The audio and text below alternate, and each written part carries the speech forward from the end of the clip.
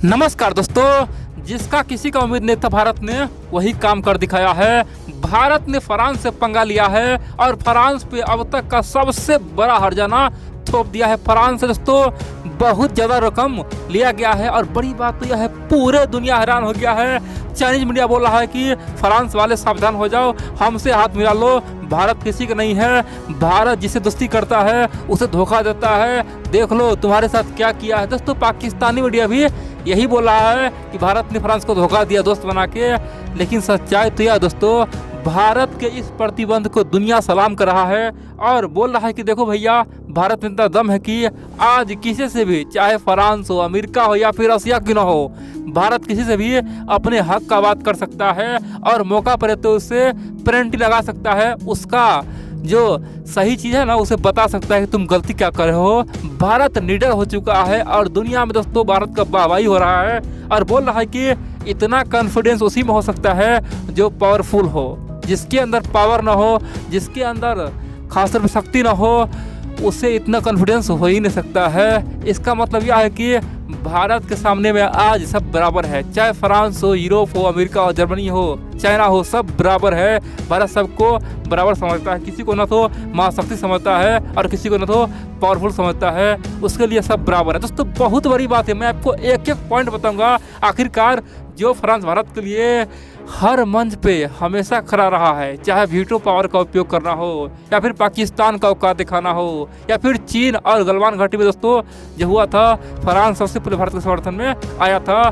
France ने यहाँ तक कह दिया था कि चीन का एक भी चाल को हम यूएन में नहीं चलने देंगे और हम भारत के साथ है। भारत को जो करना है करे, भारत को चीन को ठोकना है ठोके, पिटाई करना करे, हम भारत के साथ है, हर मंच के साथ रहेंगे। दोस्तों फ्रांस ने पहले ही कहा था कि भारत हमारा मित्र नहीं भाई जैसा हो चुका है। तो आखिरकार उसी भारत ने फ्रांस के ऊपर इतना बड़ा पेनल्टी क्यों लगाया है, क्या हुआ है? दोस्तों मैं आपको एक एक पॉइंट बताऊंगा और आप बोलेंगे हाँ भाई, भारत ने जो किया है ये बिल्कुल सही किया है।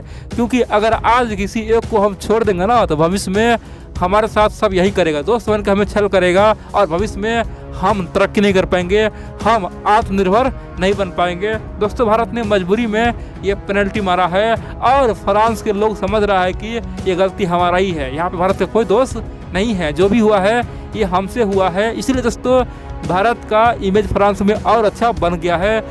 फ्रांस के लोग बोल रहा है कि चाहे जो भी हो, भारत ने सच्चाई हमें बताया है, यानी कि भारत ने अपना हक हमें बताया है। अब चलिए दोस्तों हम जानते हैं आखिरकार हुआ क्या है।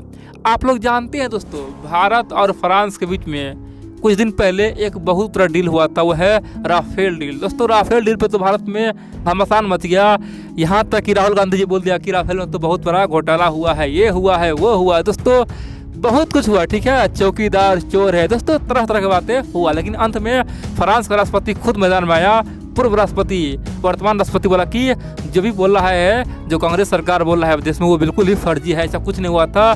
मोदी जी का जो एग्रीमेंट है वो बिल्कुल सही है। और दोस्तों ये बात कोर्ट में पहुंचा, कोर्ट ने भी राहुल गांधी जी को बोला कि तुम पूर्व देखा, तुम बोल क्या रहे हो। दोस्तों बड़ी बात है, सबने बहुत बुरी तरह से राहुल गांधी जी को पछाड़ा और बाद में राहुल गांधी जी शांत हो गए। अब दोस्तों हुआ क्या, अब उसी फ्रांस और भारत के बीच में उसी राफेल को लेके एक मुद्दा बन गया है। दरअसल आप जानते हैं भारत सरकार ने कई सारे राफेल फ्रांस से खरीदा, दसॉल्ट कंपनी से खरीदा, जिसके लिए दसॉल्ट कंपनी को दोस्तों 60,000 करोड़ रुपया दिया।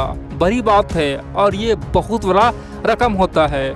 जब दसॉल्ट से एग्रीमेंट हुआ तो उस समय एग्रीमेंट में साफ कहा गया था कि भारत ये 60,000 करोड़ रुपया इसलिए दे रहा है ताकि फ्रांस भारत में आके अपना ये जो राफेल है वो बनाएगा, यानी कि भारत में भारतीय कंपनी के साथ मिलके ये राफेल बनाएगा। दोस्तों डील ये था कि 50% जो हथियार है वो फ्रांस से बना हुआ आएगा और बाकी 50% हथियार यानी कि भारत में बनेगा। दोस्तों सिंपल बात कहे तो 30,000 करोड़ रुपया, कितना 60,000 करोड़ में से आधा कितना हुआ, 30,000 करोड़ रुपया का जो हथियार बनता वो भारत में बनता। और दोस्तों भारत ने यूरोप के 4 कंपनियों को इस लिस्ट में दिया था। दोस्तों चारों कंपनियां आज ऐसा काम कर रहा है, कई सारे राफेल भारत को मिल चुका है। देखिए फ्रांस ने अपना वादा पूरा भी किया, ठीक है, टाइम पे पहुंचाया और ये चारों कंपनी बहुत सही काम कर रहा है।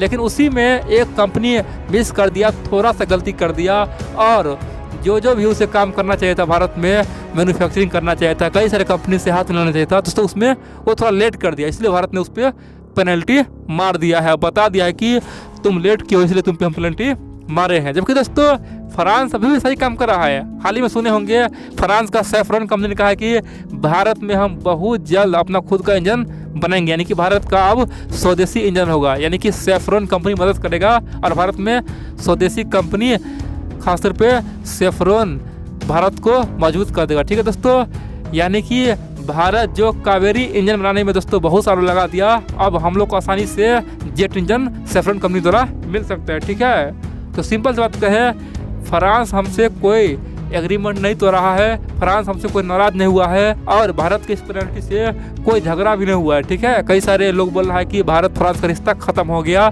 भारत ने फ्रांस को धोखा दिया। दोस्तों ऐसा कुछ नहीं है। दरअसल भारत ने 7 से लेके 8 करोड़, कितना 6 से लेके 8 करोड़ रुपया का दोस्तों पेनल्टी मारा है, और ये पेनल्टी दोस्तों MBDA जो कंपनी है उससे मारा है, वो आसानी से पेनल्टी भर दिया है। ठीक है दोस्तों, हम लोग फ्रांस में नहीं मारे हैं, ये कंपनी मारे हैं और कंपनी ने अपना गलती स्वीकार किया है कि हमसे गलती हुआ है, जो एग्रीमेंट हुआ था उसमें थोड़ा सा हम पिछड़ गए, लेकिन हम बहुत जल्द जो भी है भारत में पूरी तरह से प्लांट शिफ्ट करेंगे और भारत के छोटे मोटे कंपनी से मिलकर हम सब कुछ भारत में ही बनाएंगे। दोस्तों भारत का ये मानना है कि हम कब तक दुनिया से हथियार खरीदेंगे, आखिरकार दुनिया के लिए क्या मार्केट है क्या, जो भी आया हथियार बेच के चला गया।